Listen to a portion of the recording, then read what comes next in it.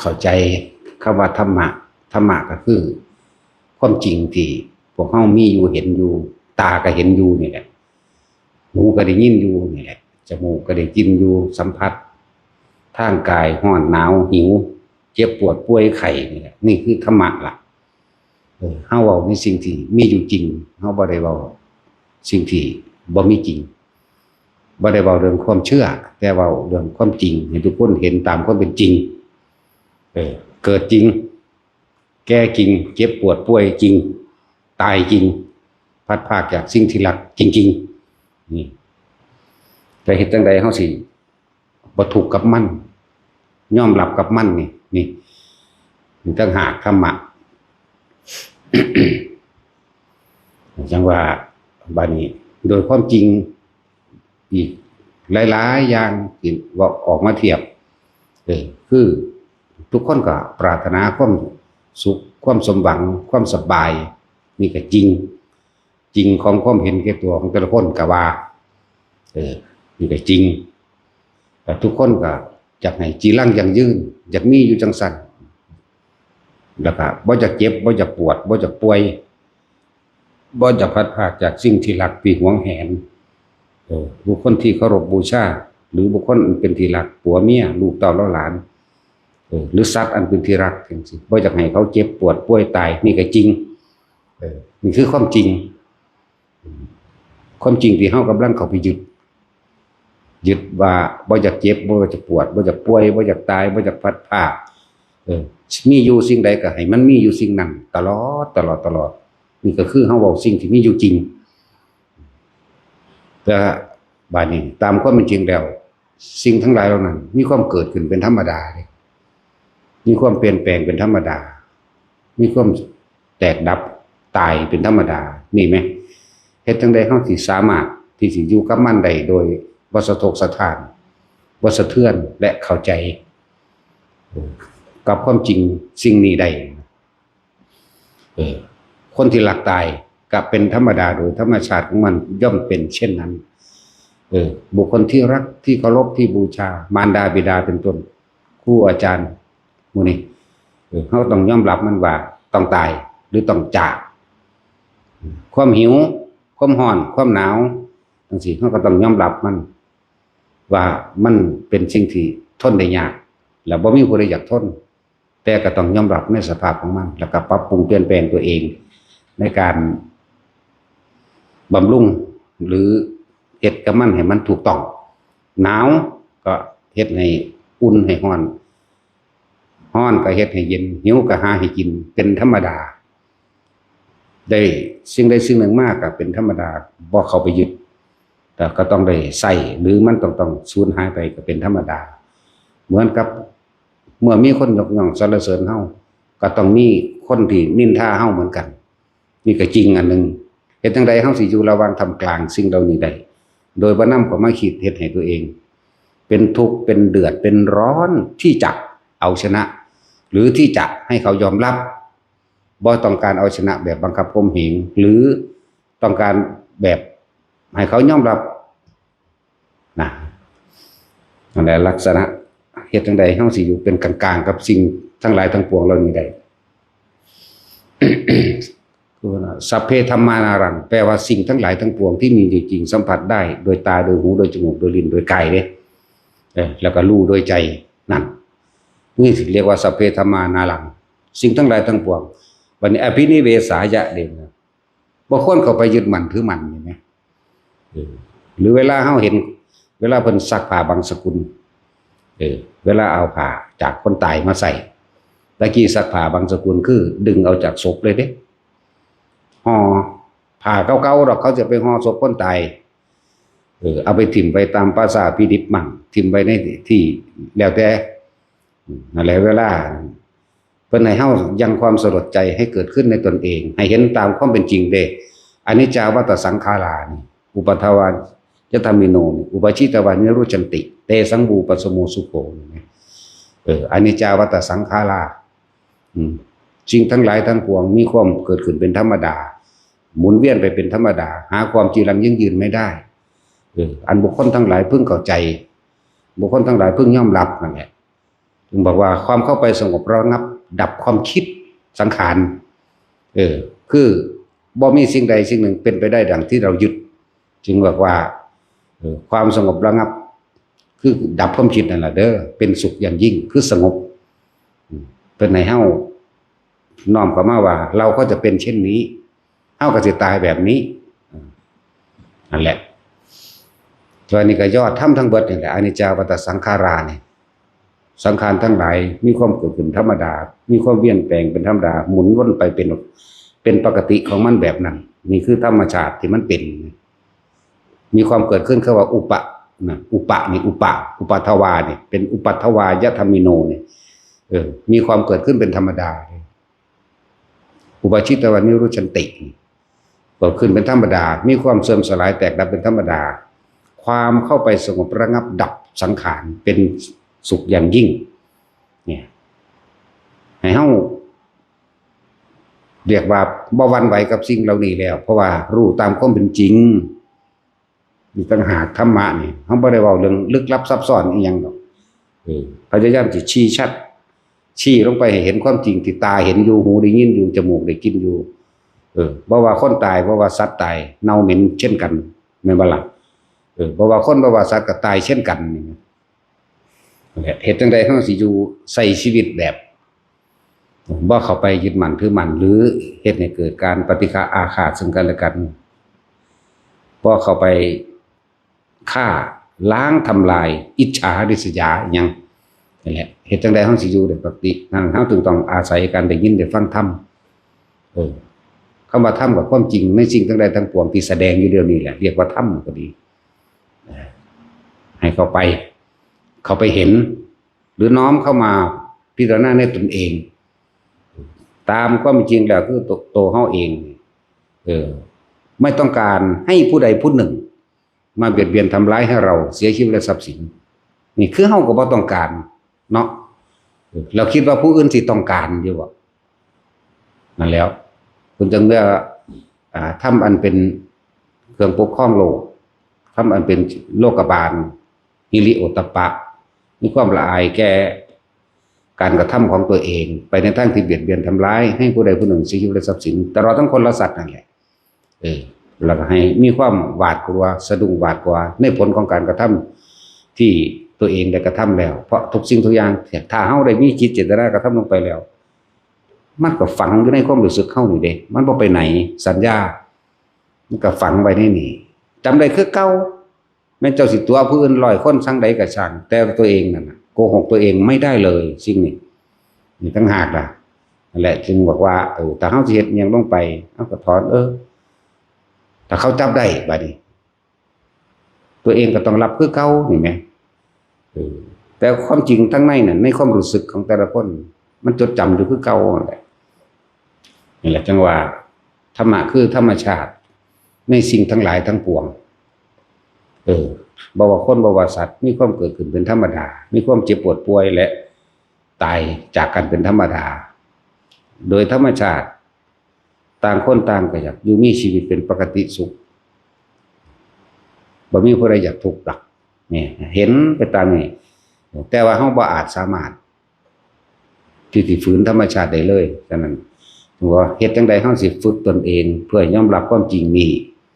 เพื่อบ่ให้เดือดร้อนวุ่นวายและเบียดเบียนเดือดร้อนวุ่นวายก็เพราะเบียดเบียนผู้อื่นมั่งเบียดเบียนตนเองมั่งก็เบียดเบียนผู้อื่นก็เบียดเบียนตนเองนั่นแหละจังว่าเห็นง่ายๆนี่แหละหรือเว้าดูๆอยู่ดอกอันเรื่องว่ามันสิเป็นอีหยังกระรอกกระเดียแท้คนภาษาเกิดมาหากินซ้ำตายสิ่งทั้งหลายทั้งปวงอันเป็นเครื่องหลอกลวงมนุษย์นะคืออย่างลาภยศสรรเสริญชื่อเสียงว่ามีอำนาจนั่นอันนั้นเป็นบ่แม่นของสำคัญในชีวิตเด้ความจริงมันสิ่งที่สำคัญในชีวิตคืออาหารนี่เด้ที่หนึ่งเลยที่หนึ่งของทุกชีวิตสรรพสัตว์อยู่แล้วบ่มีเสื้อผ้าใส่บ่ต้องมีอาหารเป็นที่กินมันก็พอบำบัดความเจ็บปวดทั้งร่างกายไปได้อยู่แสบท้องหิวปวดนั่นปวดนี่ปวดท้องเพราะว่าหิวเห็นบ่ล่ะแม่นบ่มีหม่องอยู่เป็นหลักแหล่ง อยู่น้ำถ้ำน้ำผาน้ำพุน้ำขึ้นนกขึ้นสัตว์ต่างๆมันอยู่จังซี่แหมกินอิ่มแล้วมันก็อยู่ปกติของมันเด้ล่ะเมื่อมันหิวก็หากินอีกแต่ว่าคนมันบ่แม่นจังซั่นพี่เนาะถ้ามันมีอยู่ไม่กินแล้วมันก็คิดไปยังใหม่อีกเด้จะมีชื่อเสียงจะโด่งดังจะให้คนยอมรับตนเองสิได้มาโดยวิธีใดก็ช่างนี่คือคนบ่รู้จักฮิริโอตตัปปะบ่จักเกรงกลัวต่อบาปบ่ละอายต่อสิ่งที่ตัวเองกระทำเข้าใจแต่ว่าตัวเองถูกได้เป็นดีมีเป็นพ่อไผสิเป็นสิตายไม่รู้นี่แหละจังว่าเฮาบ่ได้เว้าเรื่องสิมันบ่มีดอกเรื่องที่มันมีอยู่ในชีวิตประจำวันเฮานี่แหละสักวันหนึ่งเราต้องตายนี่นะคิดถึงหม่องสุดท้ายเลยนั่นแหละจึงบอกว่าชีวิตนี่สั้นน้อยยิ่งนักการมาพบเห็นกันแล้วสมควรที่จะมอบสิ่งดีๆให้แก่กันการให้จึงเป็นการสื่อสารที่ดีที่สุดในหมู่มนุษย์ทั้งหลายตลอดทั้งสรรพสัตว์ล่ะการให้สมควรที่จะแบ่งปันสิ่งดีให้กันผู้หนึ่งมีสิ่งหนึ่งก็เอาสิ่งหนึ่งให้คนจนบ่มีของให้อันเป็นวัตถุสิ่งของเขาด้วยซอยเหลืออันใดอันหนึ่งโดยใส่กำลังก็ได้รถติดลมก็ไปสุขซอยกันแม่นบ่ล่ะหรือว่าเขาถามทางก็เต็มใจโดยการบอกทางก็ได้มันมีแนวให้ตั้งหลายอย่างแม้กระทั่งสายตากับรอยยิ้มอันเป็นมิตรนี่ไหมหรือไต่ถามไปทางใดน้อมาตาใสน้อกินข้าวเราไปกินน้ำเด้อจังซี่ก็ได้มันก็มีพอได้ให้กันจังซั่นส่วนคนรวยที่มีอยู่แล้วจังซี่มีเงินเห็นเขาทุกข์ยากลำบากก็ช่วยเหลือไปในด้านสงเคราะห์เป็นสังฆวัตถุไปมีเงินมีเสื้อผ้ามีของใส่มีอันยังที่เหลือก็ให้กันนั่นแหละจึงบอกว่าการให้จึงเป็นการสื่อสารที่ดีที่สุดในหมู่มนุษย์ทั้งหลายบ่ว่าทั้งมนุษย์ได้บ่ทั้งอาบมนุษย์สิว่าหยังหมาให้เอาแม่กินทอดปลาปิ้งปลาให้ซุมื้อเซาหายเด้เนาะเซาหายบ่กัดเฮาดอกนี่สัตว์ทั้งหลายเฮารู้ว่ามันมีอาหารการกินของมันเป็นแนวใดพวกหมาพวกแมวมันมากินกระดูกไก่กระดูกเป็ดกระดูกปลาหรืออีหยังที่เป็นสัตว์อย่างอื่นที่สุกจังซี่เกาให้มันกินมันก็ลึงเฮาตัวเนาะชินกับเฮาก็มันก็บ่ทำลายเฮาตัวจังซั่นล่ะมีสัตว์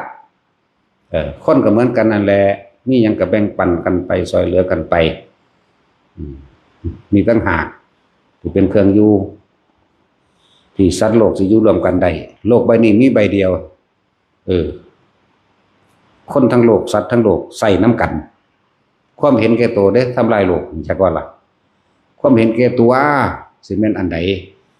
อยากมีเกียรติยศชื่อเสียงยิ่งใหญ่อยากร่ำรวยกว่าไผก็คืออยากมีอำนาจ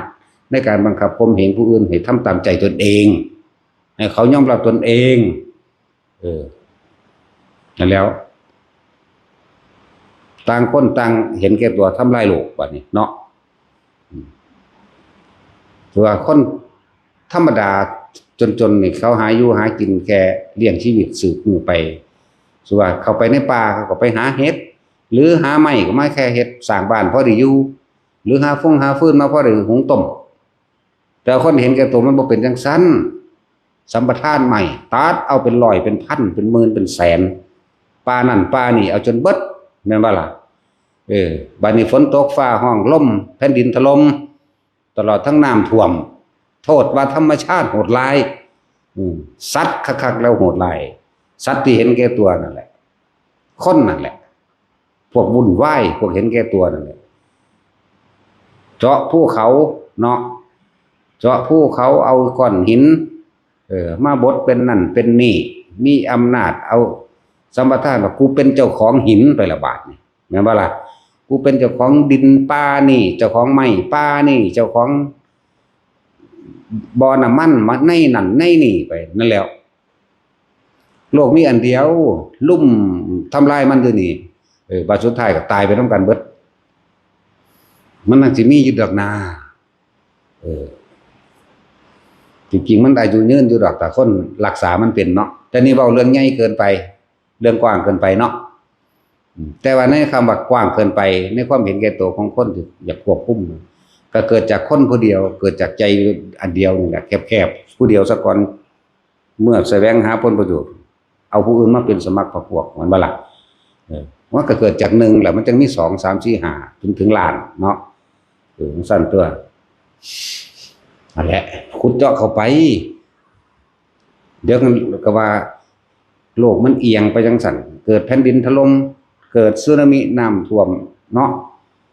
ความเห็นแก่ตัวของคนนั่นแหละถ้ามันเป็นปกติของมันอยู่แล้วมันบ่เอียงซ้ายเอียงขวาดอกนั่นแหละเกิดจากความเห็นแก่ตัวฉะนั้นถ้าจะพูดถึงว่าบัดนี้เฮาบ่อาจสามารถสิไปห้ามความคิดใครได้เนาะบ่อาจสามารถไปห้ามความคิดความเห็นแก่ตัวผู้ใดได้ฉะนั้นเฮาก็เห็นเข้ามาในภายในแก่ตัวของเฮาเองเห็นหยังเห็นความรังแกเห็นความเอาเปรียบเห็นความทุกข์อันเกิดจากความเกิดนี่แหละเห็นทุกข์จากความเกิดมาก็ต้องหาอยู่หากินหิวร้อนหนาวเกิดมาก็ต้องเจ็บปวดป่วยได้บัดเกิดมาก็ต้องอีหยังเฮ็ดให้กูเกิดอีหยังเฮ็ดให้กูทุกข์มันก็เห็นเหตุของมันตัวสาเหตุสมุทัยสาเหตุความเกิดก็ความคิดในความอยากได้อยากดีอยากมีอยากเป็นอยากนั่นอยากนี่นั่นเดียวอยากเอาชนะผู้นั้นอยากเอาชนะผู้นี้เห็นเข้ามาอันตัวนั่นแหละแต่บ่ฟังธรรมบ่เข้าใจดอก ธรรมะจึงเป็นของทุกชีวิตสรรพสัตว์ในโลกคือความจริงทั้งหลายที่แสดงอยู่นี่น่ะนี่แค่เสี้ยวนึงที่เฮาแสดงอีกนัยยะนึงก็คือเด้ธรรมะนี่อเนกอนันต์กว้างขวางโดยปริยายแต่ว่าก็รวมอยู่ในใจดวงเดียวนี่ได้ล่ะบ่ได้ไปใส่เด้ล่ะใจเป็นใหญ่ใจเป็นประธานอยู่ในนี่แต่เฮาเข้าใจแล้วเฮาบ่อาจสามารถไปปรับปรุงและเปลี่ยนแปลงผู้อื่นได้ปรับปรุงตัวเองดีกว่าเปลี่ยนแปลงตัวเองดีกว่าเพื่อให้ถอดเพื่อให้ถอนเพื่อให้เห็นตามความเป็นจริงถอดถอนก็คือการเห็นความจริงการเกิดก็คือการเริ่มตายแล้วก็การเกิดมันบ่แม่นแค่ว่าเกิดแล้วสิไปตายโดยที่บ่เจ็บบ่ปวดบ่ป่วยบ่มีได้บาดนี่แม่ว่าล่ะเกิดแล้วก็ต้องร้อนต้องหนาวต้องหิวต้องเจ็บไข้ได้ป่วยบ่สบายต้องซ่อมแซมความเสื่อมสภาพในชีวิตของซ่อมไปซ่อมมาก็ตายคือเก่าบัดเนาะนี่แม้ความจริงเฮาเห็นตรงนี้แล้วถอนความยึดมั่นถือมั่นถอนเอาเองดอกแต่มันเห็นน่ะมันบ่เข้าไปถือเอามันบ่เข้าไปดิ้นรนอีกแล้วมันก็แค่ว่าหาอยู่หากินไปแค่ซ้ำตายนั่นไปหนึ่งเด้คือเฮาอ่านประวัติศาสตร์อันนั้นอันนี้ผู้นั้นก็ตายผู้นี้ก็ตายเด้เนาะเฮาเป็นหยังคือบ่มาคิดซะว่ากูนี่เป็นไผกูนี่เปรียบเทียบสมมดดำหมดแดงซ้ำให้ยังน้อยหนึ่งเด้เฮาไปเปรียบเทียบใส่ผู้เป็นเจ้าฟ้ามหากษัตริย์ตายแม่นว่าล่ะเฮาไปเปรียบเทียบใส่คนที่มีชื่อเสียงโด่งดังอันเบิร์ตไอน์สไตน์หยังก็แล้วแต่เถอะที่เขามีชื่อเสียงโด่งดังคนที่ยอมรับมันตายเบิดเลยมั้ยเฮาเป็นไผน่ะที่เว้าแค่ร่วมเข้ามาสำรวจตนเองพอเฮาเกิดมาก็แค่หากินซ้ำตายนึงนะสิหยังกระดอแท้นะเฮ็ดจังได๋สิละอารมณ์ใดอารมณ์ความพอใจกับบ่พอใจใดนี่นึงเด้ธรรมะคือความจริงที่เฮาเห็นอยู่เฮาบ่ได้เว้าสิ่งความเชื่อเด้บ่ได้เว้าเรื่องความเชื่อความเชื่อก็ต่างหากความเชื่อคือคนบ่เห็นความจริงแต่คนเห็นความจริงมันเบิดความเชื่อบ่มีความเชื่อเด้มีแต่ความจริงแล้ว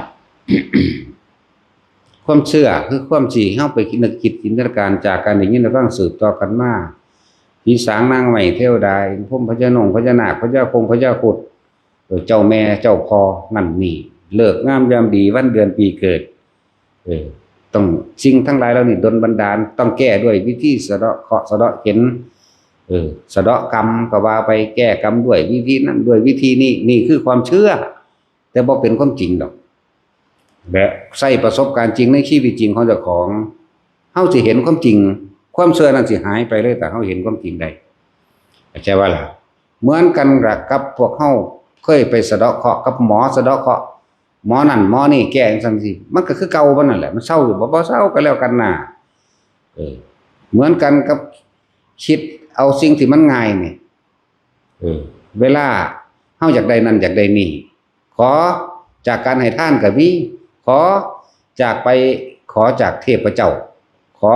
จากศาลเจ้าพ่อเจ้าแม่ศาลผีปู่ตาสารพัดที่จะขอจากคำว่าศักดิ์สิทธิ์เนาะจังซี่แล้วเอาประสบการณ์จริงชีวิตจริงเจ้าของเทียบเบิ่งดูได้อยู่บ่ก็คิดเข้าไปอีกก็ได้ถ้ามันได้จริงมันทับกับของตายเนาะเพราะทุกคนในโลกนี่ขอเป็นทั้งนั้นขอเป็นเบิดบ่แม่นแต่ศาสนาพุทธขอเป็นเบิดโลกเลยแม้กระทั่งสัตว์แม้กระทั่งหมาหมูแมวขอเนาะจังซั่นแล้วแต่ถ้ามันขอได้จริงมันก็ทับเจ้าของตายไผตายมันนั่นแหละมันบ่มีหม่องกองไว้ได้โลกนี้จะอยู่ตรงไหนถ้าได้ตามสิ่งที่ขอแม่นบ่ล่ะบ่มีนี่เอาง่ายๆนี่นะหลายอย่างที่แต่คนเชื่อไปทั้งนี้เยอะมากแม่นบ่ล่ะเชื่อหลายขอจากต้นไม้และภูเขาขอจากธรรมขอจากอีหยังที่เล่าลือกันขอจากเจดีย์ต่างๆขอถือเป็นสิ่งศักดิ์สิทธิ์ไปเลยแปลงซั่นขอจากพระบรูปแม่นบ่ล่ะเพราะว่าสิเป็นรูปผู้ใดก็สร้างที่เขาเจ้าปั้นขึ้นมาเพื่อแสดงความดีความกล้าหาญความเด็ดเดี่ยวความเสียสละแก่ผู้อื่นแต่กูไม่รู้กูไปขอสาธุสอบให้ได้อันนั้นเด้อสอบให้ได้อันนี้เด้อเนาะนี่ไหมสาวจากพระอินทร์พระพรหมนี่ไหมนี่คือความเสื่อไหมมันเป็นความจริงอยู่บ่ล่ะใช้ประสบการณ์เจ้าของเด้อไปก็เลยขอจากพ่นปวกมันพ่นปวกพ่นคอยเนาะเจ้าพ่อนั่นเจ้าแม่นี่หูจักบ่เจ้าของเป็นผู้สร้างมันขึ้นมาเองได้อันเจ้าพ่อเจ้าแม่ความศักดิ์สิทธิ์เจ้าของสร้างขึ้นมาเองได้นั่นนะความคิดเฮาสร้างขึ้นมาเองได้นั่นนะพญานาคที่มันไปปั้นขึ้นมาเจ้าของได้เป็นผู้สร้างขึ้นมาโตจริงมันอยู่ไสโดดิมันดลบันดาลยังให้ไผได้เอาประสบการณ์จริงนี่เอาชีวิตจริงเจ้าของนี่แม่เทียบไงแต่ทางไปเขาว่าโลดแต่มีแต่เขาง้อเขาควายทั้งนั้นแล้วเนาะมันหนาปานเขาพระสุเมรุหมดแล้วความทึบปัญญาหลายก็เลยบ่จากว่าเขาง้อเขาควายแล้วจากว่าเขาพระสุเมรุเปรียบเทียบจากมันอยู่ใสได้มันก็เลย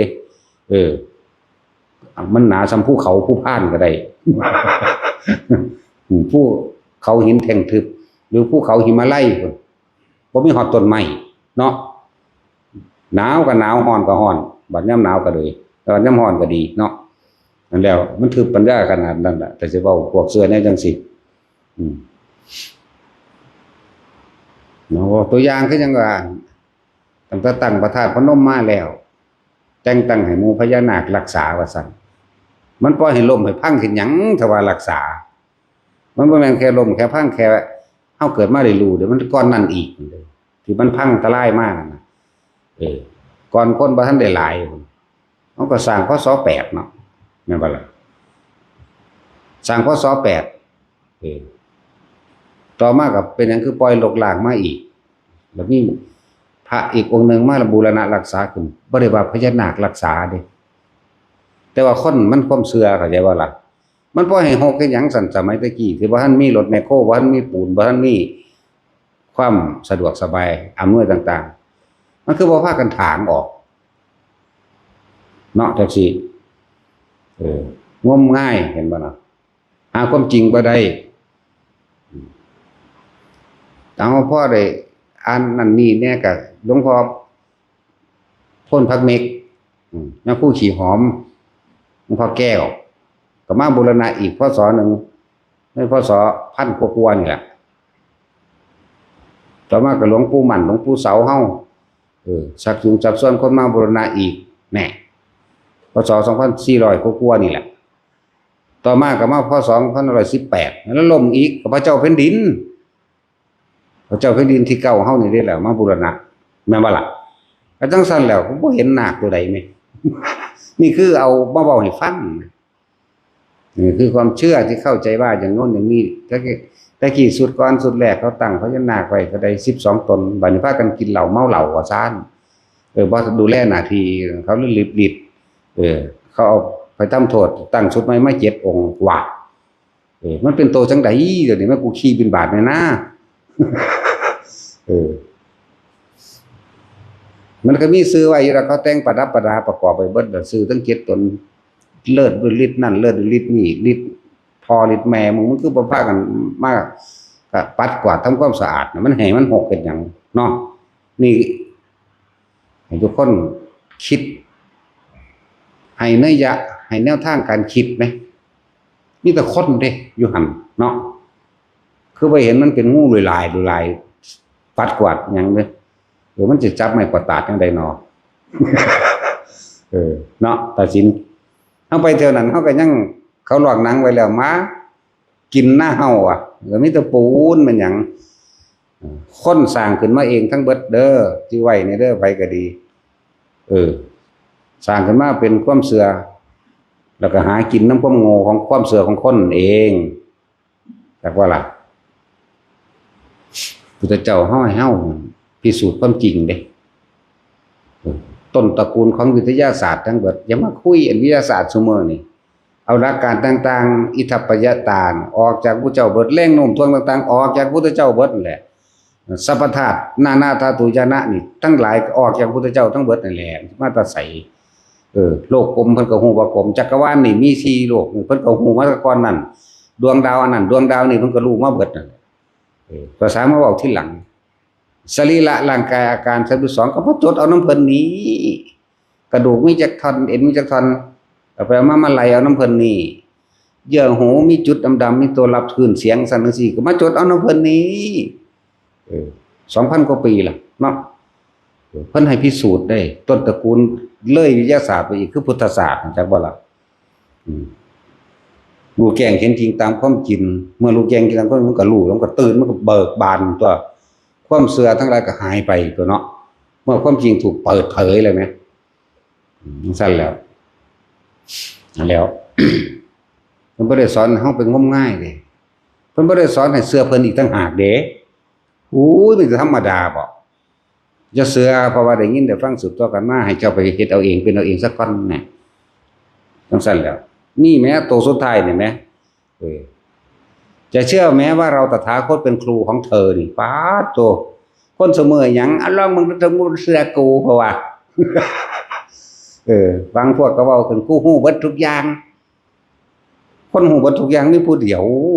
สัพพัญญูผู้เดียวเท่านั้นนอกนั้นคุยโว้โอ้อวดซื่อๆดอก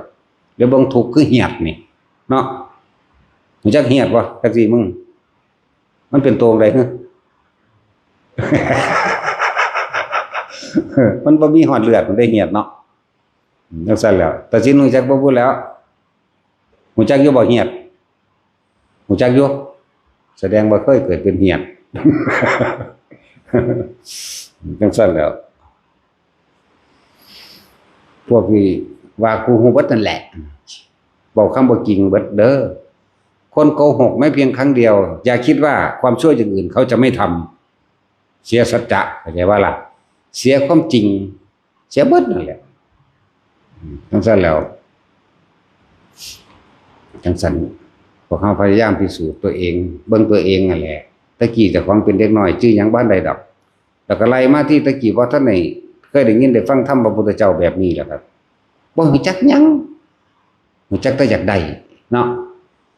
ไปเล่นน้ำกันหมู่พวกกินหอดกันไปน้ำกันคงเก่งไปคุยกันน้ำทางผิดกันเพราะว่าความคิดก็มีไหมบ่ทันได้มีหอดอย่างอื่นเกิดขึ้นซ้ำความคิดเห็นบ่ตรงกันก็ยังผิดกันแล้วแม่เนาะนี่แม่ความจริงแม่เอาซั่นแล้วสิไปว่าหยังก็ไปเห็นท่องเส้นหนึ่งตกอยู่คุบได้พร้อมกันกูเห็นก่อนมึงเห็นที่หลังกูเพิ่นยังจะเอาผู้เดียวอยู่แทนที่สิบันกันเนาะแม่ว่าล่ะบางพวกออกเงินกันซื้อลอตเตอรี่ แบ่งกันบ่ทันลงตัวทั้งๆที่บ่ทันได้ซื้อฆ่ากันล่ะยิงกันตายแล้วก็มีแม่เป็นตะเงิดบ่โอ้ยแม่นนี่หยังขนาดนั้นเด้อบ่ธรรมดาเด้ความเห็นของคนนั่นเฮ็ดจังได๋เฮาสิรู้เท่าทันความคิดเฮาบัดเฮาเข้าไปยึดมั่นถือมั่นกับสิ่งใดเฮาก็ทุกข์กับสิ่งนั้นล่ะนะแล้วเฮ็ดจังได๋เฮาสิละความเห็นได้ละความคิดเบิดความคิดเห็นนี่แหละที่บอกว่าเฮาบ่ได้ยืนยันตัดสินไผใดๆทั้งสิ้นแม้กระทั่งคำสิ่งที่ตัวเองเห็นมาก็ยังบ่เอาไปยืนยันตัดสินไผเด้นี่แต่บอกให้ฟัง บ่ได้เว้าให้ไผเชื่อบ่ได้บังคับไผได้ก็เป็นความจริงนี่ล่ะแม่นบังคับให้เขาเชื่อความจริงของเขานั่นน่ะเขาบ่เชื่ออยู่แล้วก็สิเอาหยังมาเชื่อเนาะเขาก็บ่ตัวเขาเองดอกผู้บ่เชื่อเนี่ยจังซั่นแล้วอะไรทั้งหลายทุกคนเห็นตามความจริงซะอิหยังก็ดีธรรมะบ่แม่นของลึกลับซับซ้อนอีหยังดอกเป็นความจริงในสิ่งที่เฮาเห็นอยู่นี่แหละอะไรทั้งว่าพวกเฮาตั้งใจฝึกหัดปฏิบัตินั้นตนเองซะการทำสมาธิหรือการดูลมหายใจมื้อนี้เป็นของที่ทำได้ง่ายอยู่ดอกแต่สิ่งที่ทำได้ยากคือการรดน้ำพรวนดิน ดูแลเอาใจใส่เหมือนกันกับปลูกต้นไม้ปลูกต้นไม้ไผก็ปลูกได้เด้เนาะแต่ว่ามึงสิรดน้ำบ่มึงสิมันดูแลเอาฝุ่นเอาปุ๋ยใส่บ่นี่แหมเนาะนี่ต่างหากเลยล่ะหลายคนที่มาฝึกเป็นแล้วเสยเลยนั่นน่ะบ่เรียกว่าบ่ติดตามบ่ต่อเจ้าของเองบ่รดน้ำพรวนดินเจ้าของเองเด้เคยเฮ็ดได้อยู่เป็นปีแล้วแต่ว่าบ่เฮ็ดอีกทุกข์อีกจังแลนมาอีก จริงๆมันทุกข์อยู่ตลอดนั่นแหละแต่ว่ามันบ่ทันซื่อๆนั่นแหละ การทำสมาธิเป็นของบ่ยากแต่การรักษาให้มันตั้งมั่นก็บ่ยากคือกันแต่เฮาทำให้บ่อยทำให้มากแล้วมันก็ชินของมันเองดอกมันก็รักษาของมันเองดอกเด้อเฮามีหน้าที่ผู้ดูลมเอาเว้าอยู่กับลมสำหรับผู้ชินอยู่กับลมก็อยู่กับลมเท่านั้นบ่ต้องมีอิหยังเข้าบ่ต้องมีอิหยังออกอีกมีอยู่กับลมสำหรับผู้ผ่านลมไปแล้วเป็นอาการปิติหรือจับจุดอุณหภูมิได้แล้วก็อยู่กับอุณหภูมิบ่ต้องเอาหยังเข้าบ่ต้องเอาหยังอีกแต่มันค้างอยู่หั่นก็อยู่จังซั่นปิติสิมันสิอยู่กลางหัวก็ช่างในสมองก็ตามกลางอกก็ตามกลางท้องก็ตามได้ทั้งนั้นบ่ต้องจะออกจากกายบ่ต้องเอาหยังเข้าบ่ต้องเอาหยังออกแม้นสิ่งใดสิ่งหนึ่งสิเกิดขึ้นก็ตามอำนาจแห่งจิตตั้งมั่นเรียกว่าอำนาจแห่งสมาธิของแถมต่างๆหรืออุปจาระต่างๆอุปะนี่แปลว่าอุบัติขึ้นจาระสิ่งที่อุบัติขึ้นจักว่าอุปะนี่แปลว่าอุบัติขึ้นจาระนี่ก็คือต่างๆนานาสารพัดที่มันจะก่อเกินหรือบ่แม่นก่อกวนเรียกว่าสิ่งที่อุบัติขึ้นเป็นเครื่องทดสอบความตั้งมั่นของตนเองนั่นแหละนั่นแหละหลายๆคนยังว่างสิ่งที่หูที่เห็นบ่ได้จักล่ะจังซั่นตั้งแต่ต้นแรกที่เฮาบ่ทันเคยฝึกเฮาบ่จักหยังดอกบัดนี้ฝึกมาแล้วเป็นแล้วสามารถรู้เห็นนั่นนี่ได้แล้วก็ให้แค่ให้เหมือนกันกับ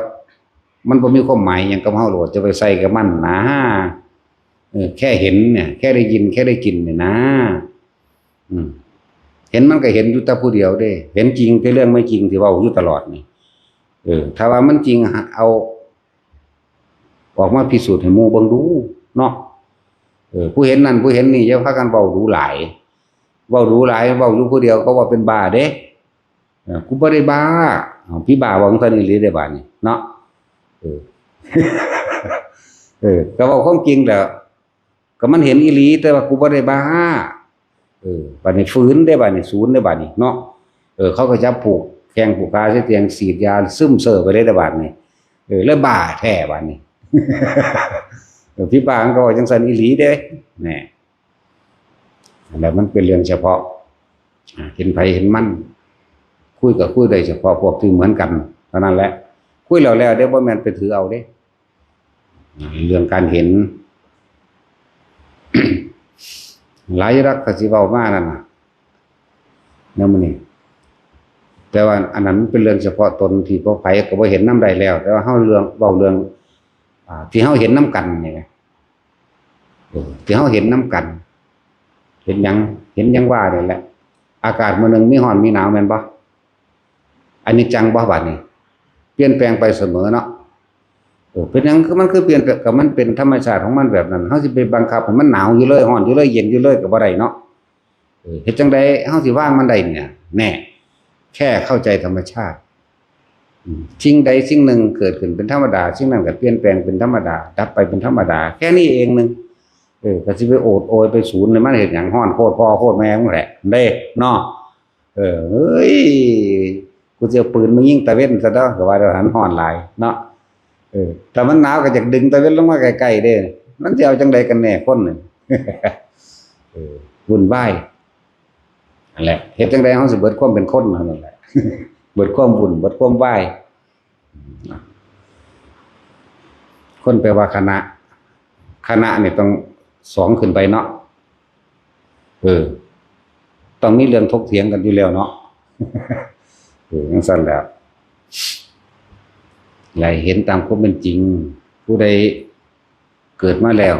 เห็นว่าเป็นทุกข์อย่างยิ่งนั่นแหละว่าได้ดวงตาเห็นธรรมเริ่มเห็นตามความจริงเพราะว่าดวงตาเห็นธรรมก็เห็นตามความเป็นจริงนี่แหละบ่ได้ไปเห็นผีสางนางไม้ทั้งใดดอกอัตภาพที่2เด้เทวตาเด้เทวะแปลว่า2ตาหมายถึงอัตตาพวกอัตภาพที่2เอาไว้ในอีกระดับนึงเอาเฮาเห็นไปตามความจริงนี่โลดนั่นแล้วเวลาเฮาหิวข้าวถูกบ่เอาถูกได้เนาะเวลาเฮาหนาวก็ถูกบ่เอาก็ถูกเวลาร้อนถูกบ่เอาถูกถูกเพราะหยังมันอยากพอดีมันอยากเอาตามที่ตัวเองพอใจสาเหตุทุกทั้งเบิดอยู่ที่ความยินดีพอใจเด้อความยินดีพอใจคือความยึดมั่นถือมั่นเด้อนั่นแล้วนำได้กระสร้างเท่าปรารถนาความสุขแม้นความทุกข์ไม่ปรารถนาเวลานั้นจักได้มาพอสุขกับทุกข์เป็นของติดกันแล้วพอใจกับบ่พอใจอยู่นํกันเด้เนื่องกันอยู่ในหันเข้าใจว่าล่ะมันแยกกันบ่ได้เด้ก่อนกลมๆเนาะนั่นแหละมันกลมๆอยู่นํกันเลยสั่นแล้วบอกให้ทุกคนเห็นตามความเป็นจริงซะสิ่งทั้งหลายทั้งปวงเกิดขึ้นเป็นธรรมดาแตกดับเป็นธรรมดาเข้าบ่ควรเข้าไปยึดมั่นถือมั่นคือมันบ่มีสิ่งใดเป็นไปตามความพอใจที่เฮาอยากให้มันเป็นดอกนี่นึงเด้ความยึดมั่นถือมั่นจะบ่ล่ะมันบ่มีสิ่งใดที่เป็นไปดังใจที่เฮาอยากให้มันเป็นคนเฮาอยากให้มันเป็นคืออยากให้มันเป็นตามที่ตัวเองพอใจนึงเด้แม่นบ่ล่ะแม่นบ่แท็กซี่มึงพอใจเมียมึงเฒ่าอยู่บ่อยากให้มัน18คือเก่านี่เนาะมันบ่เป็นไปได้ดอกมันต้อง80มันก็เดินทางเข้าไปสู่ความล่วงโรยมึงเห็นบ่ผู้เฒ่ามึงคิดว่ามึงสิเฒ่าแบบนั้นบ่ล่ะกูก็บ่อยากเฒ่าแต่ว่ากูก็ต้องเฒ่าเนาะความจริงกูว่าอยากเฒ่าแต่กูอยากตายต่างหากแน่ก็จังซั่นตัวมึงเห็นบ่ย่าง3ขา4ขาแล้วก็มีหาลังคนย่างเป็นล้อเลยบ่มีขาเข้าใจบ่นี่รถเข็นมั้ยเป็นล้อเลยได้นั่นน่ะย่างบ่ได้เลยแหมซั่นแล้วบางคนก็3ขาบางคนก็4ขาเนาะบัดนี้ย่างแบบบ่มีขาเป็นล้อเป็นงูเลยเลื่อยไปเลยเห็นบ่ล่ะซั่นแล้วไผสิอยากเป็นเอาบ่มีผู้ใดพอใจอยากเป็นแบบนั้นดอกบ่มีผู้ใดพอใจนี่แหละจังว่าให้เห็นหยังเห็นความอยากของเจ้าของเองเห็นตัวนี้ให้มันเกิดความในให้มันเกิดความเห็นจริงว่าเกิดซะใดเป็นหยังก็เป็นแบบนี้เป็นทุกข์เพราะว่าหยังเพราะว่าอยากให้มันเป็นไปดังที่ใจตัวเองอยากให้เป็นคือความพอใจนั่นเองทุกข์ทั้งเบิดรวมอยู่ที่ความพอใจฟังไว้ดีๆเด้อแม่นบ่ล่ะนั่นแล้วคนหาคนเถียงกัน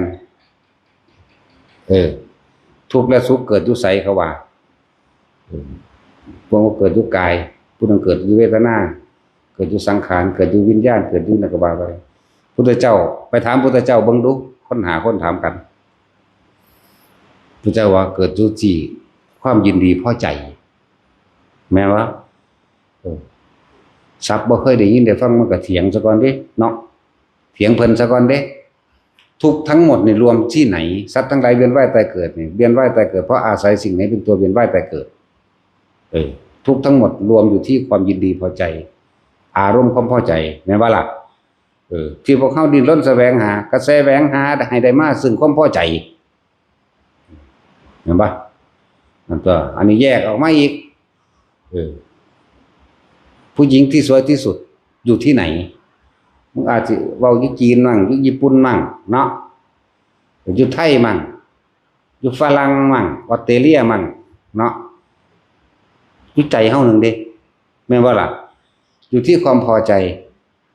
มึงก็ว่าแต่เมียมึงงามเนาะก็มึงพอใจมันก็งามมึงนั่นแหละผู้อื่นคันบ่ว่านะมึงถ้าว่านํกันมึงฆ่ากันแน่จังแม่นบ่ล่ะก็พอใจไผพอใจมันเด้ถ้าไปบักผู้เดียวกันเลยมึงรู้จักว่าอะไรเกิดจังคืนฆ่ากันที่ให้กูอันเป็นผู้ตัดสินกูก็ฆ่าอีมันแย่งกันเด้กูฆ่าผู้หญิงทิ่มเนาะเข้าใจบ่แม่นฆ่านางโกโมคือแม่จะเด้ฆ่าผู้หญิงเข้าใจบ่นี่ที่อยู่ในใจเฮานั่นแหละจังซี่แนวบ่เคยได้ยินที่แรกก็สิว่าเอ้าเมื่อฆ่าผู้อื่นเฮ็ดหยังฆ่าเจ้าของตัวเนาะแม่นบ่ล่ะฆ่าความพอใจเจ้าของนี้เฮ็ดจังได๋เห็นโทษเห็นทุกข์เห็นความจริงกูเป็นทุกข์เพราะกูมักมึงเนาะกูพอใจกับมึงนี่นึงเด้ล่ะเฮาบ่ได้พอใจกับทุกคนเด้เฮาก็พอใจเฉพาะเฮาคนที่เฮาพอใจนึงเด้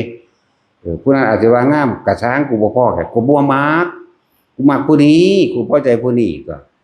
นั่นแหละทุกทั้งเบิดรวมอยู่ที่ความยินดีพอใจหมายว่าซั่นราคะแปลว่าหยังซั่นราคะความยินดีพอใจในรูปนี่รูปลักษณะท่าทางบุคคล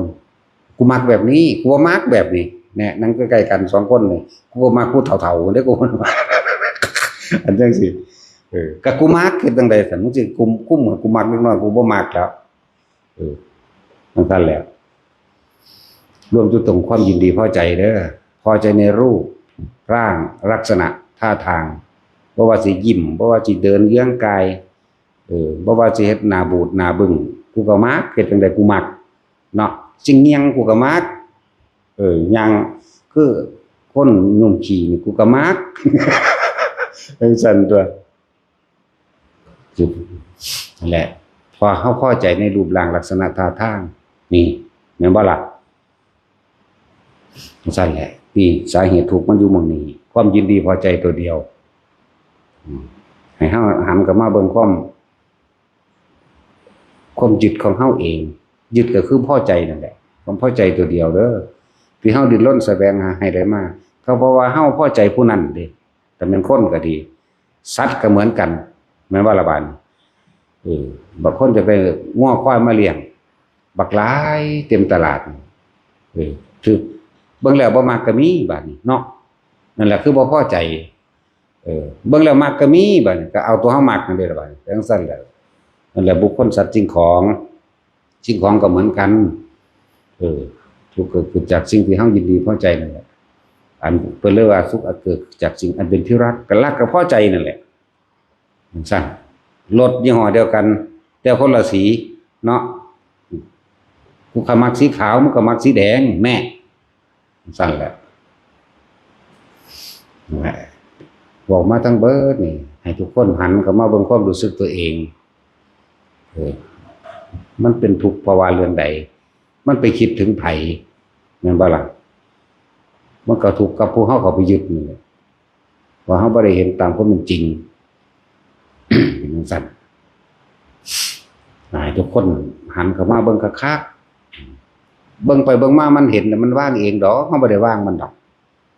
วางทุกข์วางยังไงเห็นทุกข์มันว่างเองดอกเพราะว่าเห็นทุกข์คือเห็นเหตุมันเลยเด้ส่วนมากคนมันบ่เห็นมันมีแต่แสวงหาตามความพอใจจะได้รถก็แสวงหาเงินมาซื้อรถตัวเนาะบ่ได้คิดตอนเจ้าของเมื่อยนี่เด้คิดอยู่บางที่เวลามันนานได้หลายทางบ่แม่น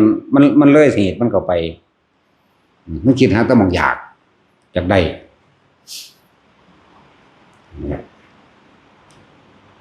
ทุกคนต้องยอมรับในสิ่งที่มันเป็นมาแล้วจะว่าล่ะยอมรับแล้วก็พยายามเป็นหยังเป็นเกิดเป็นแก่เป็นเจ็บยังตายเท่านั้นเด้อบัดนี้เด้อที่มันมีชีวิตอยู่เดี๋ยวนี้ และความผิดพลาดทั้งหลายที่เขาเคยผ่านมาทุกคนมีความผิดพลาดบ้างแหละเกิดมาเพราะความบ่รู้ทั้งนั้นแหละมีความผิดบ่ทุกคนแหละที่นี่บ่มีผู้ใดบ่ผิดดอกบ่มีผู้ใดบ่เลวหรอกเกิดมาเพราะเลวเบิดนั่นแหละแม่นบ่ซั่นถ้าดีมันบ่มาเกิดเด้เนาะทักซี่แต่ว่ามึงดีมึงมาเกิดแม่มึงหยังบ่เดียวมันสั่นตัวสิ่งใดที่เฮาทำมาแล้วมันผิดพลาดดีเลวหยังประการใดก็ช่างบ่ต้องเข้าไปคิดถึงมันบัดนี้ให้ทุกคนอยู่กับคำว่าปัจจุบันแต่ว่าปัจจุบันโดยการคิดมันก็บ่แม่นบ่ถูกอีกเฮาต้องหาวิธีหลอกล่อบ่ให้ความคิดไปคิดถึงอดีตเมื่อไหร่ที่เราคิดถึงอดีตอนาคตเกิดเข้าใจบ่ล่ะเพราะอดีตกับอนาคตเป็นสิ่งเดียวกันรวมอยู่ในเนื้อหนังเดียวกันรวมอยู่ในใจเดียวกันสุขกับทุกข์ก็รวมอยู่ในหม่องจิตเดียวกันคือใจว่าใจก็คือความรู้สึกนี่ความรู้สึกก็คือพอใจกับไม่พอใจนั่นแหละแต่ว่าเหตุทั้งปวงอยู่ที่ความพอใจตัวเดียวนี่เด้อให้มันฮู้จักว่าจะสิเปรียบเทียบอย่างนึงกิเลสละเอียดนี่เห็นยากเนาะ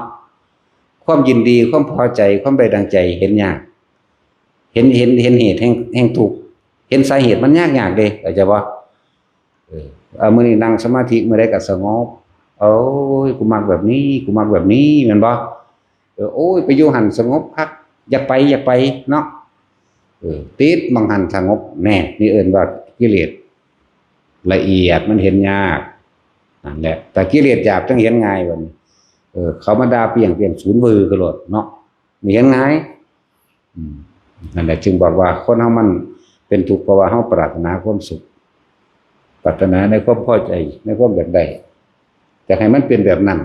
มันพอใจมันได้ดิ้นรนให้มันเป็นแบบนั้นแล้วมันร่วมจะมองใดล่ะเมื่อใดที่เธอปรารถนาความสุขมันบ่นี่เมื่อนั้นทุกข์ก็จะติดตามเพราะสุขกับทุกข์เป็นของติดกันเมื่อไรที่เราคิดถึงอดีตอนาคตก็เกิดพร้อมกันอดีตอนาคตปึ๊บเฮ็ดจังได๋สิฮู้ปัจจุบันฮู้ปัจจุบันบ่แม่นฮู้ด้วยการคิดตอนนี้กูอยู่ปัจจุบันเด้จักว่าล่ะลมหายใจต่างหากโดยบ่ต้องคิดลมเข้าลมออกลมเข้าลมออกรู้อยู่ระหว่างกลางหน้าผากอุณหภูมินี่แหละจึงบอกว่าจึงเน้นย้ำแบบให้ทุกคนเข้าใจในจุดเดียวหลายศัพท์ที่เฮานำมาเว้าให้คนเข้าใจฐานที่ตั้งแห่งจิตมั่นจิตตั้งมั่นต้องมีที่ฐานที่ตั้งมั่นความรู้สึกในกายมั่นนี่เอาไว้หน้าผากเด้อไว้หน้าผากเด้อเลยเอาจุดเดียวบัดนี้ก็จะบอกว่าปีตินั่นแหละเป็นตัวรับประกันว่าเป็นผู้ทรงฌานเจริญฌานแม้ฌานที่1 2 3เข้าใจว่าล่ะ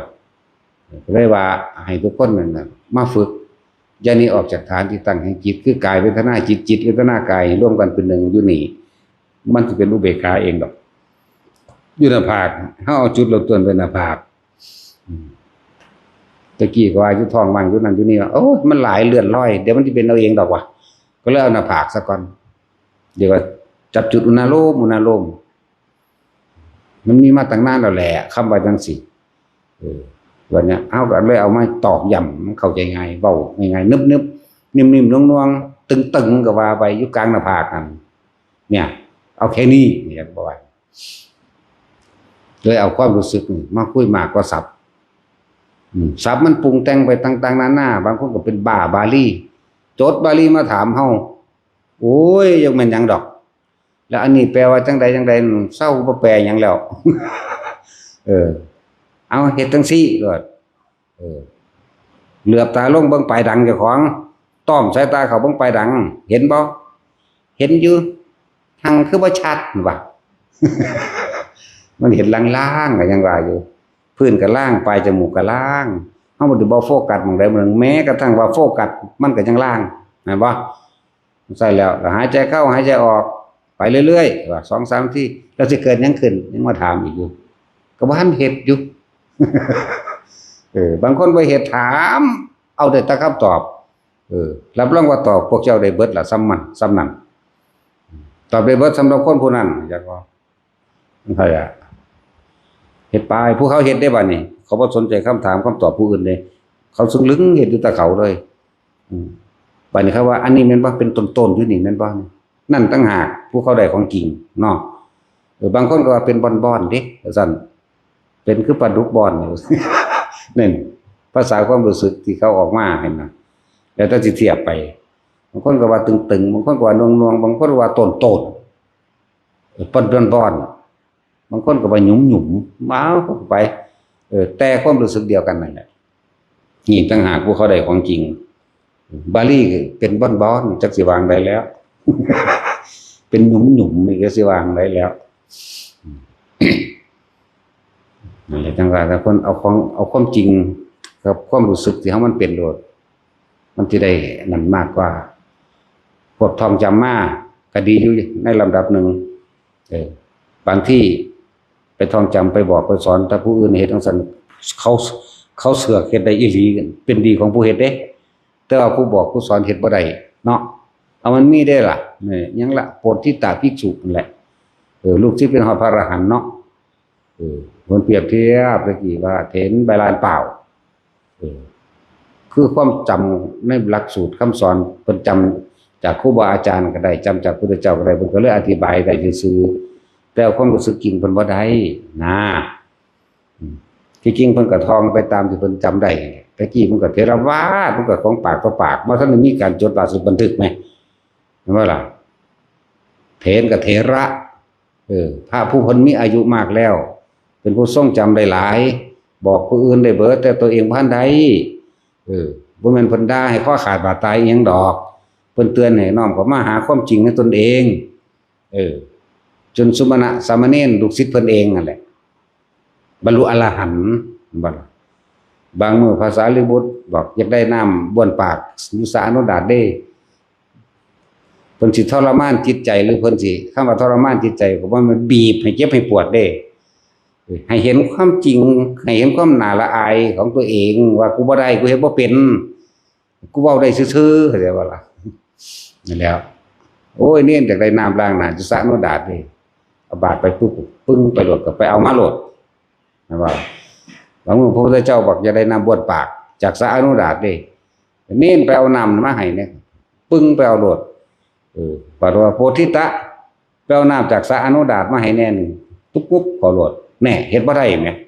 ต่างกันบ่ล่ะสั่นตัว ต่างกันอยู่ผู้เฮ็ดได้จริงกับผู้เฮ็ดบ่ได้ก็จำมาซื่อทุกคนให้มันเห็นตามความเป็นจริงในความรู้สึกเจ้าของเด้ออันท่องได้หลายเว้าได้หลายนั่นบ่นั่นดอกก็ดีอย่างนึงถ้าจะเปรียบเทียบว่าเหมือนกับว่าบุรุษผู้รับจ้างเลี้ยงโคนั่นแหละบ่แม่นเจ้าของโคเนาะแต่ผู้ฝึกได้แล้วเท่ากับว่าเป็นดุจดังว่าเจ้าของโคสิค้าสิขายได้ทั้งนั้นเขาเป็นเจ้าของเลย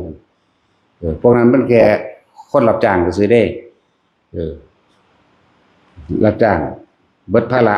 คือตายลงไปกินทานไฟในนรกพุ่นเด้มันธรรมดาเด้แนวนี้ทั้งซั่นแล้วเนี่ยถ้าว่าเอาจริงเอาจังบ่ซื่นบันไดดอกเด็กน้อยถ้าว่านิทานหูพึ่งกันอยากถามนั่นถามนี่หมดเนาะถ้าว่านิทานแบบนั้นแบบนี้ก็อยากฟังแนวซั่นแม่นว่าซั่นถ้าว่าความจริงเจ้าของนี่ยากปลูกต้นไม้ไผปลูกก็ได้เจ้าสิไปปลูกไว้หม้องใดก็สร้างแต่ว่าเจ้าบ่ตามไปรดน้ำพ่นดินใส่ฝุ่นใส่ปุ๋ยมันบ่ใหญ่บ่งอกงามอันนี้ก็เหมือนกันแต่เฮาฝึกไว้แล้วเป็นแล้วคือเริ่มต้นเหมือนกันกับปลูกต้นไม้ผลสิงอกงามหรือบ่ก็งามขึ้นอยู่กับการใส่ใจของเฮาเองขึ้นอยู่กับการทำให้บ่อยทำมามากเองผู้ใดอยากบรรลุเร็วก็เบิ่งลมอยู่หั่นแหละกุมไปกุมมาได้หั่นแหละ24ชั่วโมงเถอะนะไม่ถ้ามันโสเป็นโสตายใส่จริงๆมัน7มื้อนึงได้ล่ะอย่างกลาง7เดือนอย่างซ่า7ปีขนาดย่างซ่าเนี่ยเฮายังสิถือว่าเร็วอยู่เด้เนาะเห็นว่าแต่สิกู30ปีมันเด้กูบ่ได้ธรรมดาเด้กูกุมไปกุมมาแต่น้ำแมวหมื้นี่เดี๋ยวมาบอกเป้งปังอยู่นี่บ่ได้เฮ็ดมาหน่อยเด้อตนว่านั่นแหละมันค่าสนุกสนานเพลิดไปตะทั้งนอกหลายจังซั่นบัดมากุมเอาก็6เดือนกว่าๆเท่านั้นแหละจังฮู้จัก หูจักซื่อๆเด้บ่ใบบรรลุเด้อสิบอกให้จังหูจักซื่อๆเด้โอ้มันเป็นแบบนี้เนี่ยก็เอามาบอกให้หมู่ฟังซื่อๆได้บัดเฮ็ดไว้เฮ็ดกระสร้างเด้เนาะเฮาบ่ได้ลำบากนำเด้หูจักว่าล่ะพี่ตัวลำบากแย่งซีนกูเบิดแล้วบักหานี่โอ้ยบ่ได้ก็ถามหาแต่มันอันนิดหน่อยอันผู้นั้นซึกแล้วบ่เฮาซั่นมื้อแลงก็เห็นดอกว่าแต่เบิ่งมันสิแสดงเป็นพระเอกให้เบิ่งคือดีว่าก็เป็นพระเอกก็เดี๋ยวนี้พวกเบิ่งนี่ด่าจอบ่ได้เบิ่งเฮาดอกพูนเบิ่งมันพุ่นนี่แหละอุปจารสมาธิฮู้จักบ่รุ่นเกินดอกหัวสิโมงเพิ่นยามใดพวกเบิ่งกันน่ะเนาะรุ่นพระหัวสิโมงเพิ่นยามใดเด้บ่ได้เอาใจใส่คำเว้าดอกโอ๊ยปลุกซะเนาะโอ๊ยหงายซะเนาะอยู่ว่าเท่านั้นแหละบ่งากหาแล้วเพิ่นก็โอ๊ยไปนอนได้แล้วเอาว่าเด้มันมีเวลานอนโพดแล่นดิ้งดิ้งอยู่บัดมื้อบัดเว้นตลอดโอ๊ยจังซั่นแล้วมันเป็นยานอนหลับคำเทศเฮาเนาะเอาแม่ผู้ใดอยากนอนหลับง่ายเปิดฟังโดดบ่ฮอด5นาทีดอกอีหลีนั่นแล้วตื่นขึ้นมาเฮายังเทศอยู่ผู้เดียวคือเก่าหลับเร็วๆจังซั่นตัวมันเป็นสิ่งเสพติดอันนึงเอาคบหาเสพธรรมะเด้ว้ายผู้ใดนอนหลับฟังธรรมะตายไปเลยมันฮอดบ่มาเกิดพุ่นเด้อบ่ธรรมดาเด้อมันผ่อนคลายอยากบอกยังล่ะเพิ่นพากันเว้าดูๆพระคุณนายโสดอิหยังนั่นน่ะแม่นบ่ซั่นฟังตายแล้วผิวเหลืองยืนยันอนาคามีหรืออรหันต์ก็ว่าไปหรืออันพวกตายแล้วเอามาเปิดศพแข็งแล้วก็เกิดไปมันเป็นเกิดจากแรงสะเทือนมันก็อ่อนนั่นตัวคือเสียงที่กระแทกนั่นแหละแม่นบ่ล่ะเสียงลำโพงกระแทกกระจกมันยังแตกได้มั้ยเปิดโดนๆมันก็สะเทือนมันก็ค่อยอ่อนมาตัวมันสะเทือนเพราะซั่นเขาจะเอาปลาที่มันแข็งๆไปต้มอ่อนได้บ่เนาะเป็นเรื่องสะเทือนอยากแม่กินก็เข้าชานเบิ่งโลดนะเนาะเอาหันเด้เฮาเอามาหันเด้บ่ได้เดาเด้เป็นแรงสะเทือนเด้อเฮาบ่ได้เชื่อเด้อันฟังมาซื่อๆเพราะซั่นแล้วคนที่มันตายเป็นมือแล้วมันแข็งแล้วจังซี่ไปเปิดเทศน์ให้ฟังก็เปิดเบิดมือมันก็อ่อนลงมันแท่งสะเทือนแม่นบ่แท็กซี่บ่แม่นแต่ว่าวิทยาศาสตร์แล้วมันพุทธศาสตร์มันเด้นี่ฮู้จักบ่จิตสุดท้ายอยู่ไสคนเฮาบ่สิตายมันไปเลยแม่นบ่เอามันบ่ได้ค่ารออยู่ในร่างกายอันนั้นเด้จังซั่นแหละไปเลยบ่ซั่นสิว่าจิตสุดท้ายก่อนตายสำคัญที่สุดมันบ่ได้อยู่ในร่างกายอันนั้นเด้มันบ่ได้วนเวียนหยังได้หั่นเด้แล้วดังนั้นมีต่างๆผีหลอกมันบ่จริงดอกผีจริงมันบ่ได้หลอกนะเนาะซั่นแล้วนั่นแหละฟังไปจิตสุดท้ายมันดับไปกับความยอมรับธรรมเข้าใจบ่มันยอมรับมันผ่อนคลายมันบ่มีความเข้าไปยึดมั่นถือมั่นอีกตอนนั้นมันเลยปล่อยจังว่าปล่อยแล้วมันหลับนั่นแหละฟังธรรมเฮ็ดได้มันได้ประโยชน์มันก็ได้จิตที่ว่ามีที่ตั้งบ่มีที่มุ่งที่หมายที่แรกมันปล่อยตามธรรมซะก่อนเด้เห็นบ่ค่อยไปแล้วมันสิผ่อนคลายได้บัดนี้ปัสสัทธิจิตผ่อนคลายไล่ความกังวลออกแล้วสมาธิก็เกิดความตั้งมั่นขึ้นบ่มีเครื่องใดเป็นเครื่องคนเฮานอนบ่หลับเพราะว่ามันคิดเนาะเปรียบเทียบจังเชิงนี่แต่ว่าเมื่อมันผ่อนคลายมันก็เกิดความสว่างสบายใจเกิดความปุ๊บมันว่างนั่นแหละบอกให้คนขี้ค้านได้เด้อนี่เนาะเพิ่นได้อยากได้เปรียบฟังเอาเด้อฟังจนนอนหลับเป็นของจริงอยู่ได้ล่ะนั่นซั่นแหละในพระคุณสูตรกับแม่นอยู่ดอกพุทธเจ้าเทศแล้วพระคุณก็ตายพระอานนท์ถามว่าไปไสว่าไปนิพพานพุ่นเด้ล่ะบ่แม่นไปอยู่หั่นเด้จิตสุดท้ายคือเพิ่นเห็นทุกข์อันเกิดเพิ่นเป็นโรคจักว่าเนื้อหนองผุพองเป็นตุ่มเพิ่นฟังแล้วเพิ่นพิจารณาตามพระพุทธเจ้าไปเรื่อยเพิ่นเห็นบ่ใครควรตามได้นั่นน่ะเหมือนกับเฮาฟังธรรมอยู่เดี๋ยวนี้แหละก็ใครควรตามตัว บ่แม่นไปเอาอุปจาระสมาธิตัวนี้ นี่เครื่องก็กวนอุปจาระนี่จักบ่นี่ทำให้จิตมันตั้งมั่นนี่มันไปใส่ใจเอ็นตัวประหลาดของแถมจักบ่นี่นี่แล้วเบิ่งดูเฮาสอนสมาธิสอนธรรมดาบ่สมาธิมื่นตาได้เฮาสอนอยู่แล้วมื่นตาอยู่แท้ๆเสือกบ่หายใจตั้งมั่นพี่มาตักน้ำบักหานี่ ว่าละมันบ่เครียดดอกจังได๋ก็เลยเอาต่ำอยู่หั่นแหละแต่เรือต้นบ่ได้ต้นแมงหรือมันเกิดเฮ็ดหยังเนาะ สั่นแหละฟังจิตสิผ่อนคลายเด้อตอนเฮาบ่ทันได้ตายแม่เฮาก็บ่เฮ็ดเอาตอนที่เฮามันนี่มันชินโลดเนาะทรงชาญก็ทรงฟังก็ฟังมันสิไปไสทุกข์ก็เห็นแล้วประสบการณ์เจ้าของนั่นที่เห็นความเชื่อกับความจริงก็ฮู้แล้วแม่นบ่ล่ะกับประสบการณ์เจ้าของสอนเจ้าของเองอยู่แล้วแต่ว่าบ่มีผู้บอกเรื่องของเจ้าของซื่อให้ผู้อื่นบอก แม่นบ่ล่ะทั้งสั่นด้วยนั่นแหละประสบการณ์เจ้าของก็ฮู้แล้วการขอร้องอ้อนวอนจากสิ่งศักดิ์สิทธิ์ตลอดทั้งทำพิธีบวงสรวงแก้กรรมสะเดาะเคราะห์บ่อาจสามารถมันก็ถูกคือเก่ามั้ยเนาะทั้งสั่นตัวก็เห็นแล้วความจริงมันแน่มันเห็นความจริงแล้วความเชื่อก็หายไปหั่นเด้เหมือนกันล่ะเอานี่ดวงอาทิตย์ขึ้นก็มืดหายโลดนี่เหมือนกันเมื่อเฮารู้แล้วเห็นความจริงได้แล้วความเชื่อก็หายไปนั่นเองนั่นแล้วฟังธรรมเฮาก็ฟังรู้ลมเฮาก็รู้นี่แหละมันสิไปใส่ดีเด้อนี่การฟังก็เห็นไปตามความเป็นจริงแต่ว่าความจริงต้องละความเห็นนี่จักว่าละ ละคือบ่คิดถ้าคิดอยู่คือบ่ละแต่ในความคิดทั้งหลายแหล่แล้วนั้นที่มีอารมณ์ปนเด้อจังเกิดเด้อ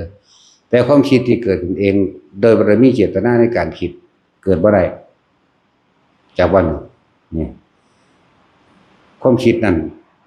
เรียกว่าสัญญาอันเป็นสังขารขันธ์ต่างหากนี่มันเป็นของปกติแต่ผู้รู้อยู่พี่เอาดีๆเด้อรู้อยู่พี่เด้อคิดมึงคิดไปโลดมึงอย่าเอาตัวนี้ออกไปนำมันเข้าใจว่าล่ะถ้าออกไปนำความคิดความรู้สึกนี่หายมีอารมณ์แล้วก็เกิดนี่แหละบางเมื่อคิดไปแต่ความรู้สึกนี่ยังอยู่ในตัวคิดไปฮอดใช้กระสร้างแต่ความรู้สึกยังอยู่นี่บ่เกิดนี่นะซ้ำนี่เฮ็ดบ่ได้บ่เนาะเฮ็ดบ่ได้ก็ตายซะ ภาษาซ้ำนี่นะเฮ็ดดูเขา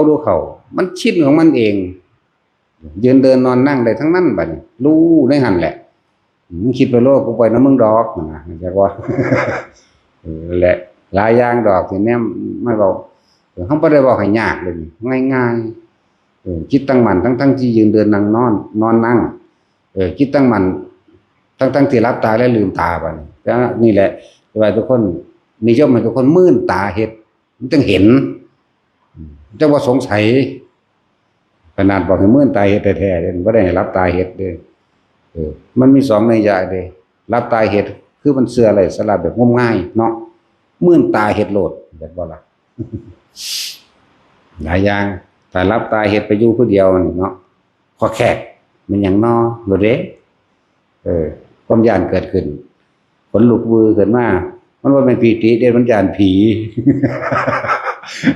สั่นก็มีเด้เอาสมาทานมันตั้งใจดี